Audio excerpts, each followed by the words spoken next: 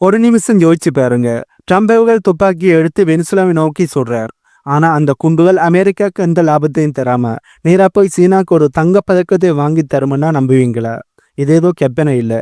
இந்த 2026 இப்போ நியமாகவே நடந்துகிட்டு இருக்கிற ஒரு ஜியோ பொலிட்டிக்கல் கேம்.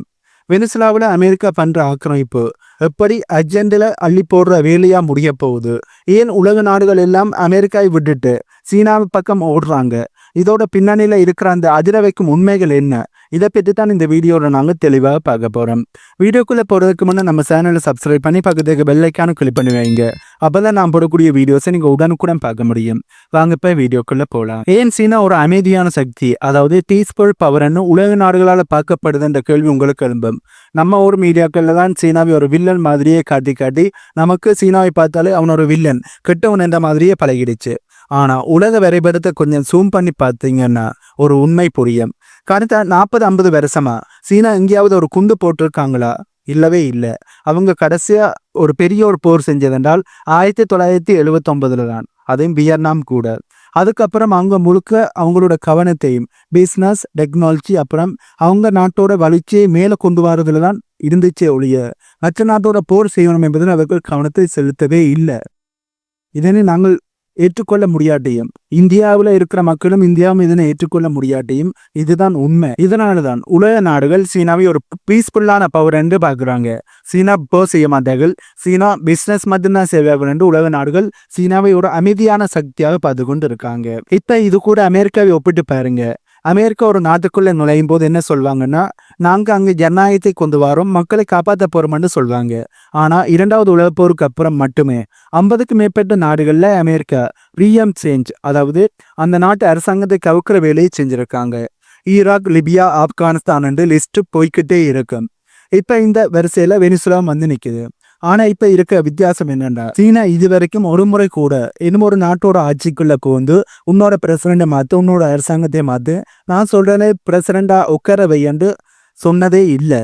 இந்த ஒரு பாயிண்ட் தான் மற்ற நாடுகளை சீனா பக்கம் இருக்குது. அவங்க பிஸ்னஸ் மட்டும்தான் பண்ணுவாங்க, நம்ம நாட்டு அரசியல்ல தலையிட மாட்டாங்கங்கிற அந்த நம்பிக்கையை மற்ற நாடுகளுக்கு இதுதான் ஏற்படுத்துது. வெனிசுலா விஷயத்துல ட்ரம்ப் பண்ற பிளான் எவ்வளவு மோசமானதுன்னா, அவங்க நாட்டினுடைய செனட்டரா இருக்கின்ற கிறிஸ் மர்பி அவர்களே ஒரு சீக்ரெட் மீட்டிங்குக்கு பிறகு ரொம்ப கோவம் அடைஞ்சு வெளிப்படையா ஒரு விஷயத்த சொல்லியிருக்காரு. அப்படி என்ன சொல்லியிருக்காரு என்றால், இது ஒரு பைத்தியக்காரத்தனமான திட்டம் என்று சொல்லியிருக்காரு. இது அமெரிக்காவோட பிளான் என்ன பண்றாங்கன்னா, வெனிசுலாவோட எண்ணெயை அப்படியே திருடி அதை எந்த கால வரையறையும் இல்லாம அமெரிக்கா தன் கட்டுப்பாட்டுக்கு வச்சுக்க பார்க்குது. அதையும் துப்பாக்கி முனையில. ஒரு சுதந்திரமான நாட்டோட சொத்தை பகிரங்கமா திருடுவோம்னு ஒரு நாடு எப்படி சொல்ல முடியும்? இதை பார்க்குற உலக நாடுகள், குறிப்பா தென் அமெரிக்க நாடுகள் மிரண்டு போய் நிற்கிறாங்க. அடுத்து நம்ம மேலதான் அமெரிக்கா கை வைப்பாங்களோங்கிற ஒரு பயத்தை அமெரிக்காவை இப்போ உருவாக்கி இருக்கிறார்கள். இங்கதான் சீனா ரொம்ப புத்திசாலித்தனமா காயை நகர்த்தது. அமெரிக்கா துப்பாக்கியை தூக்கும் போது சீனா அங்க போய், நாங்க ரோடு போட்டு தர்றோம், உங்களுக்கு கடன் தர்றோம், பிசினஸ் பண்ணுவோம்னு பேசுறாங்க. அமெரிக்காவோட முன்னாள் தூதராக இருக்கின்ற மைக் பால் அவர்கள் என்ன சொல்றாருன்னா, அமெரிக்கா ஒரு பேரரசு நாடு, அந்த பேரரசு அடாவடி அரசு மாதிரி நடந்துக்கிட்டா மற்ற நாடுகளுக்கு சீனா மேல ஒரு நம்பிக்கை வரும், சீனாவோட தேவதூரம் மாதிரி தெரிய ஆரம்பிச்சிடும். அதாவது சீனாவை விட அமெரிக்கா ரொம்ப ஆபத்தானவனு உலக நாடுகள் நினைக்க ஆரம்பிச்சுட்டாங்கன்னா அது அமெரிக்காவோட சரிவுக்கு ஆரம்ப புள்ளியா இருக்கும். இதனால்தான் வெனிசுலா மேல ட்ரம்புகள் எடுக்கிற ஒவ்வொரு அடியும் சீனாவுக்கு ரெட் கார்பெட் விரிக்கிற மாதிரி முடியுது. இங்க தெரிய காமெடி என்னன்னா, அமெரிக்காவில் இருக்கிற பெரிய பெரிய மீடியாக்கள் எல்லாம் இதை கவர் பண்ணின விதம்தான். ஒரு சுதந்திரமான நாட்டை அட்டாக் பண்றாங்க, அங்கே இருக்கின்ற இயற்கை வளங்களை அடிச்சு வாங்குறாங்க, கியூபா, கொலம்பியான்னு அடுத்த நாடுகளை மிரட்டுறாங்க. ஏன் அவங்க கூடவே இருக்கிற நாட்டோ பார்ட்னர் கிரீன்லாந்துக்கு எதிராக போர் செய்ய போறோம் என்று அறிவிக்கிறாங்க. ஆனா இதையெல்லாம் விட்டுட்டு எப்படியாவது சீனாவைத்தான் ஒரு வில்லன் மாதிரி காட்ட பாக்குறாங்க. அதாவது அமெரிக்காவோட இருக்கின்ற மீடியாக்கள் சீனாவைத்தான் வில்லன் மாதிரி காட்டுறாங்களோடைய அமெரிக்கா செய்கின்ற அடாவடித்தனத்தை பற்றி எதையுமே சொல்லல, அதனை சரியாந்து சொல்கிறார்கள். இதுக்கு பேர் தான் ப்ரொபகண்டா. இந்த ப்ரொபகண்டாவை தான் அமெரிக்காவில் இருக்கிற மீடியாக்கள் பண்ணுகிறார்கள். ஆனா அமெரிக்காவில் இருக்கிற மக்களுக்கு இது தெளிவாகவே புரியுது. இந்த இடத்துல தான் நாம் ஒரு முக்கியமான விஷயத்தை புரிஞ்சுக்கணும். 2500 வருஷத்துக்கு முன்னாடி வாழ்ந்த சீனாவோட இராணுவ அறிஞராக இருந்த சன் சூ அவர்கள், அதாவது 2500 வருஷத்துக்கு முன்னாடி சீனாவோட இராணுவம் இருந்திருக்கும். அந்த இராணுவத்துல ஒரு அறிஞராக இருந்த சன் சூ அவர்கள் ஒரு புக்கை ரிலீஸ் பண்ணியிருந்தார். அதாவது த ஆர்ட் ஆஃப் வார் என்ற புக்கை ரிலீஸ் பண்ணியிருந்தார். அதுல ஒரு மாசான பாயிண்ட்னு சொல்லியிருக்கார். உன்னை பற்றி தெரிஞ்சு உன்னோட எதிரியை பற்றி உனக்கு தெரிஞ்ச 100 எதிரிகள் இருந்தாலும் அவர்களோட சண்டை போட்டு ஜெயிக்கலாம். ஆனா உன்னை பற்றியும் உனக்கு தெரியாம உன்னோட எதிரியை பற்றியும் உனக்கு தெரியலைன்னா ஒவ்வொரு பொருளை நீ மண்ணை கவ்வது உறுதி என்று சொல்லியிருக்காரு. இப்ப அமெரிக்கா செஞ்சுக்கிட்டு இருக்கிறதும் இதைத்தான். அமெரிக்காவுக்கு இப்போவும் தாங்கள் தான் மிகப்பெரிய ஒரு பவர் என்ற கனவானது இப்பவும் இருக்கு. ஆனா மெத்த நாடுகள் அவங்களை எப்படி பாக்குறாங்க என்பதற்கான செல்ஃப் அவேர்னஸ் ஆனது அவங்க கிட்ட இல்லை. அதே சமயம் சீனா எவ்வளவு அமைதியா காய்கை நகர்த்துறாங்க என்பதையும் அமெரிக்கா புரிஞ்சுக்காம இருக்காங்க. அமெரிக்கா என்ன நினைக்கிறாங்கன்னா, நாங்க வெனிசுலாவை மிரட்டினா எல்லாரும் பயந்து எங்களுக்கு சல்யூட் அடிப்பாங்கன்னு நினைக்கிறாங்க. ஆனா நடந்தது என்ன? அமெரிக்காவோட ரொம்ப நெருக்கமான நம்பகமான கூட்டாளியான கனடா அவங்களுக்கு இப்ப அமெரிக்கா மேல இருந்த நம்பிக்கை போயிடுச்சு. ட்ரம்பர்கள் பண்ற இந்த அறவடித்தனத்தை பார்த்துட்டு கனடாவோட பிரதமர் நேரா சீனாவுக்கு போய் கை கொடுக்கிறார். அதுக்கு தெரியுமா, அமெரிக்காவை நம்பி மட்டும் நாம இருந்தா நம்ம பொழப்புக்கு ஆப்பு வச்சிருவாங்க. அதனால சீனா கூட பிசினஸ் ஆரம்பிப்போம்னு முடிவெடுத்துட்டாங்க. அமெரிக்கா ஒரு குண்டை போட்டு ஒரு ட்ரெண்டை இழக்கிறாங்க. ஆனா சீனா ஒரு பைசா செலவில்லாம அந்த ட்ரெண்டை பிடிச்சுக்கிறாங்க. இதுதான் ரியலான கேமே. அமெரிக்கா செய்கிற ஒரு சின்ன தப்பை அமெரிக்காவோட எதிரியாக இருக்கின்ற சீனா சரியா பயன்படுத்தி அந்த சின்ன தப்பின் மூலம் எந்த ஒரு பைசா செலவில்லாமல் தங்களுக்கான லாபத்தை அறிந்து கொண்டு இருக்காங்க என்பதுதான் உண்மை. இன்னும் ஒரு முக்கியமான விஷயம் என்னென்றா, அமெரிக்காவில் இருக்கின்ற சில பேர் வெனிசுலாவோட எண்ணெயை கட் பண்ணா சீனா பிச்சு எடுக்கும்னு தப்பு கணக்கு போடுறாங்க. ஆனா உண்மை என்ன தெரியுமா? சீனா இப்போ உலகத்தோட கிரீன் எனர்ஜி கிங்கா மாறி நிற்கிறாங்க. அவங்க வரும் எண்ணெயை மட்டும் நம்பி இல்லை. 2025 மட்டுமே சீனா உற்பத்தி செஞ்ச சோலார் எனர்ஜியினுடைய அளவு உலகத்தில் இருக்கிற மற்ற எல்லா நாடுகளுக்கும் சேர்த்து செஞ்சதை விட 2 மடங்கு அதிகம். அவங்க எலக்ட்ரிக் கார்கள், விண்ட் எனர்ஜி, நியூக்ளியர் பவர்னு வேற லெவல்ல போயிட்டாங்க. அமெரிக்கா இன்னும் பழைய காலத்துல எண்ணெய் அரசியலை நின்றுட்டு இருக்கு. சீனா எதிர்காலத்துக்கு தயாராகிட்டாங்க என்பதுதான் உண்மை. அமெரிக்கா இன்னுமே ஓயில வச்சு சீனாவை அடக்கலாம், மடக்கலாம், சீனாவை கட்டுப்படுத்தலாம், சீனாவோட வளர்ச்சியை தடுத்து நிறுத்தலாம் என்று பழைய அரசியலை எப்பவும் பண்ணி கொண்டு இருக்காங்க. ஆனா இந்த கச்சா எண்ணெயை வச்சு பெட்ரோல் டாலரை இன்னும் ஒரு 50 வருஷத்துக்கு நீட்டிக்கலாம். கச்சா எண்ணெயை வச்சு உலகத்தினுடைய தன்னுடைய கரன்சி இன்னுமே பவர்ஃபுல்லாக வச்சிருக்கலாம் என்று அமெரிக்கா 50 வருஷத்துக்கு முன்னம் என்ன செஞ்சாங்களோ அதையே இப்போதும் செய்கிறாங்க. ஆனா காலம் மாறிடுச்சு. இப்ப எலக்ட்ரிக் கார்கள் வர ஆரம்பிச்சிடுது, கிரீன் எனர்ஜி வர ஆரம்பிச்சிடுது. இப்ப சீனா கிரீன் எனர்ஜியினுடைய கிங்கா இருக்கிறபடியால் அமெரிக்காவோட இப்ப அந்த பழைய காலப்பு திட்டம் இப்பவும் செல்லுபடி ஆகுமா என்று பார்த்தோம் என்றால் கண்டிப்பாக ஆக போறது இல்லை. இப்ப அமெரிக்கா வெனிசுலாவில் இருக்கின்ற கச்சா எண்ணெயை கட்டுப்படுத்தலாம்.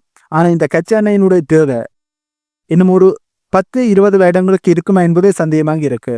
எல்லாருமே எலக்ட்ரிக் கார்களுக்கு மாறுறபடியால், விண்ட் எனர்ஜிக்கு மாறுறபடியாலும், சோலார் எனர்ஜிக்கு மாறுறபடியாலும், ஈக்குவல் பவர்னு மாறுறபடியாலும் இந்த கச்சா எண்ணெயை வச்சு உலகத்தை கட்டுப்படுத்தலாம் என்று அமெரிக்கா நினைக்கிறது சாத்தியமில்லாத ஒன்று என்பதுதான் என்னுடைய தனிப்பட்ட கருத்து. கடைசியா ஒரு கசப்பான உண்மையை நாங்கள் தெரிஞ்சுள்ளணும். ட்ரம்பவர்களையும் இப்ப வெனிசுலா மேல கை வச்சார் என்ற கேள்வி உங்களுக்கு எழும்பும். இதற்கு பல காரணங்கள் இருக்கு. அதுல முக்கியமான காரணம் அது அமெரிக்கா என்ற நாட்டுக்காண்டி இல்லை. அவரோட ட்ரம்பவர்களோட மிட் டேர்ம் எலெக்ஷன்ல ஜெயிக்கணும், அவரோட இம்பீச் பண்ணாம பார்த்துக்கணும், அதாவது பிரசிடண்ட் பதவியிலேருந்து அவரை தூக்கி எறியாமல் பார்த்துக்கணும். இதற்காக ஒரு போர் தேவைப்படுது. பங்கு சந்தை ஏற்றணும், மக்களுக்கு ஒரு வெற்றி பிம்பத்தை காட்டணும். இதற்காண்டு தான் ட்ரம்பவர்கள் வெனிசுலா மீது கை வச்சிருக்கார். ஆனா அவரோட இந்த சின்ன லாபத்துக்காண்டி அமெரிக்காவோட 100 வருஷ மரியாதையை அடகு வச்சிருக்கார். இந்த தப்பை சீனா ரொம்ப அழகா பயன்படுத்துறாங்க. அமெரிக்கா வெளியேற ஒவ்வொரு இடத்துலையும் சீனா உள்ள வந்து நாங்க இருக்கோம்னு கையை நீட்டுறாங்க. இதனாலதான் சொல்றேன், இந்த யுத்தத்துல களம் அமெரிக்காவுடையதா இருக்கலாம், ஆனா லாபம் மட்டும் சீனாவுடையதா மாறி இருக்கு. சில பேர் ஐயோ சீனாக்கு எண்ணெய் போகாது, அவங்க கரண்ட் இல்லாம கஷ்டப்படுவாங்கன்னு கதை விடுறாங்க. ஆனா டேட்டா என்ன சொல்லுது தெரியுமா? சீனாவுக்கு தேவையான 80% எண்ணெய் அவங்களே தயாரிக்கிறாங்க. வெனிசுலாவில் இருந்து வர்ற எண்ணெய் அவங்களுக்கு வெறும் 2% மட்டும்தான். உண்மையை சொல்ல போனா இன்னைக்கு உலகத்துல அதிகமான சோலார் எனர்ஜியை தயாரிக்கிறதே சீனா தான். உலகமே சேர்ந்து தயாரிச்சதை விட டபுள் மடங்கு எனர்ஜி சீனா தனியாக தயாரிச்சுக்கிட்டு இருக்கு. அமெரிக்காவில் கரண்ட்டுக்கான டிமாண்டானது அதிகமாகிக்கிட்டே இருக்கு. ஆனா சீனா அதுல ரொம்பவே முன்னாடி போயிட்டாங்க. ஸோ எண்ணெய் விஷயத்துல சீனாக்கு எந்த ஒரு பிரச்சனையும் இருக்க போறது இல்லை. அது வெனிசுலாவிலேருந்து போற எண்ணெய் சீனாவுக்கு கிடைக்காட்டியும் அது சீனாக்கு மிகப்பெரிய எந்த ஒரு பின்னரையும் ஏற்படுத்த போறது இல்லை. இப்ப நாங்க இந்த வீடியோட கடைசி பகுதிக்கு வந்துட்டோம். இப்ப வரைக்கும் நாம பார்த்ததை வச்சு ஒரு முடிவுக்கு வரலாம். இப்ப அமெரிக்கா வெனிசுலா மீது கை வச்சது ஜனநாயகம் பத்தினது இல்லை, இது மக்களோட சுதந்திரம் பத்தினதும் இல்லை. இது ஒரு அப்பட்டமான மாடர்ன் கோலனிசம், அதாவது நவீன காலனி ஆதிக்கம். ட்ரம்பே கூட ஒரு முக்கியமான விஷயத்த சொல்லியிருந்தார். அதை கவனிச்சிங்கன்னா, வெனிசுலாவில் எண்ணெய் வித்து வர்ற பணத்தை அவர் அமெரிக்காவோட அரசனுடைய கஜானாவோட வைக்க போறது இல்லையா, ஏதோ ஆஃப் ஸ்டோர் கணக்குல தான் வைக்க போறாரா. ஒரு நாட்டோட வளத்தை திருடி அது தனிப்பட்ட முறையில கையாள்றதுக்கு பேரு ஊழல். இது ஒரு சர்வதேச வழிப்பறி. அமெரிக்க மக்கள் தங்களோட வரிப்பணம் இப்படி ஒரு அநியாயமான போர்க்காண்டி பயன்பெறலை இன்னுமே உணராம ட்ரம்ப் அவர்களுக்கு விசில் விட்டு கொண்டு இருக்காங்க. உண்மையை சொல்லணும் என்றால் ட்ரம்ப் அவர்கள் தங்களுடைய நாட்டு அமெரிக்க மக்களோட தலையிலேயே மிளகாய் அரைக்கிறார் என்பதுதான் உண்மை. 2027க்கான அமெரிக்காவுடைய டிஃபென்ஸ் பட்ஜெட் $1 ட்ரில்லியன்ல இருந்து $1.5 ட்ரில்லியனாக ஈட்டியிருக்காங்க. யோசிச்சு பாருங்க, அந்த $500 பில்லியன் எக்ஸ்ட்ரா பணம். அது இருந்து அமெரிக்காவில் இருக்கிற இத்தனை பேருக்கு இலவச மருத்துவம் கொடுக்கலாம், எத்தனை பேருக்கு வீடு கட்டி தரலாம். ஆனா தம்பவர்கள் அதை தேர்ந்தெடுக்கல. அவர் தேர்ந்தெடுத்தது ஆயுத தயாரிப்பு நிறுவனங்களோட லாபத்தை மட்டும்தான். அமெரிக்க மக்கள் கேட்டது நல்ல வேலை வாய்ப்பும் கம்மியான விலையில மருத்துவம் தான். ஆனா அவங்களுக்கு கிடைச்சது வெனிசுலா மேல ஒரு போர். இதற்கு ட்ரம்பர்கள் சொல்லிட்டு ஒரே ஒரு காரணம், நான் அடுத்த எலெக்ஷன்ல ஜெயிச்சாகணும், இல்லைன்னா என்னை பதவியில இருந்து தூக்கிடுவாங்க. இதைத்தான் ட்ரம்பர்கள் சொல்றார். தன்னோட பதவியை பாதுகாக்கிறதுக்காண்டி ஒரு நாட்டை பலி கொடுக்கறது தான் இப்போதைய அரசியல், அமெரிக்காவோட அரசியலா இருக்கு. முன்னாள் தூதராக இருந்த மைக்கேல் மெக்போல் சொன்னதுதான் இங்க 100% நடக்குது.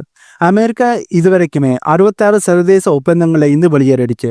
அதாவது உலகத்தை வழிநடத்துற பொறுப்பு எனக்கு வேண்டாம், நான் ஒரு ரவுடி மாதிரி தான் இருப்பேன்னு அமெரிக்கா விலகி நிற்குது. ஆனா உலகம் ஒரு வைக்கும், அதாவது வெற்றிடத்தை விரும்பாது. அமெரிக்கா வெளியேற அந்த இடத்துல இப்போ சீனா வந்து உட்காடுறாங்க. அவங்க குண்டு போடல, அவங்க பிசினஸ் பண்றாங்க, அவங்க மிரட்டல, அவங்க ஒப்பந்தம் போடுறாங்க. இதனாலதான் வெனிசுலா மீது அமெரிக்கா கவிச்சதனுடைய வெற்றியாளனாக இப்ப சீனா தான் இருக்காங்க என்பதை நான் அடிச்சு சொல்றேன். ஆகவே அமெரிக்கா வெனிசுலா மீது கவிச்சதால அதிக லாபம் அடைகிறது சீனாவாகத்தான் இருக்காங்க. ஆகவே இந்த 2026ங்கிறது ஜியோ பொலிட்டிக்கல்ல ஒரு மிகப்பெரிய ஒரு மாற்றத்தை ஏற்படுத்துற வருஷமா இருக்கு. ஏனென்றா இந்த வருஷத்துல நம்ம கண் முன்னாடியே ஒரு பேரரசை செறிஞ்சு கொண்டு இருக்கு. அதே இடத்துக்கு இன்னும் ஒரு சக்தி மிக பெருசாக பவர்ஃபுல்லா மாறி அந்த இடத்தை பிரிச்சு கொண்டே இருக்கு. அதனை நாங்கள் கண் முன்னாடியே பார்த்து கொண்டு இருக்கோம். இந்த வீடியோல நான் சொன்ன தகவல்கள் உங்களுக்கு புதிதாக இருந்திருக்குமென்னு நம்புறேன். இந்த வீடியோ பற்றி உங்களுடைய கருத்துக்களை கீழே பண்ணுங்க. அண்ட் இந்த தகவல்கள் உங்களுக்கு புதிதாக இருந்தால் இந்த வீடியோக்கு லைக் பண்ணி நம்ம சேனலை சப்ஸ்கிரைப் பண்ணி பக்கத்துக்கு பெல் ஐக்கானை கிளிக் பண்ணி வைங்க. அப்போதான் நான் போடக்கூடிய வீடியோஸை நீங்கள் உடனுக்குடன் பார்க்க முடியும். இன்னும் ஒரு புதிதான தகவல்கள் உள்ளடங்கிய இன்னும் ஒரு வீடியோவில் உங்களை மீட் பண்ணுறேன்.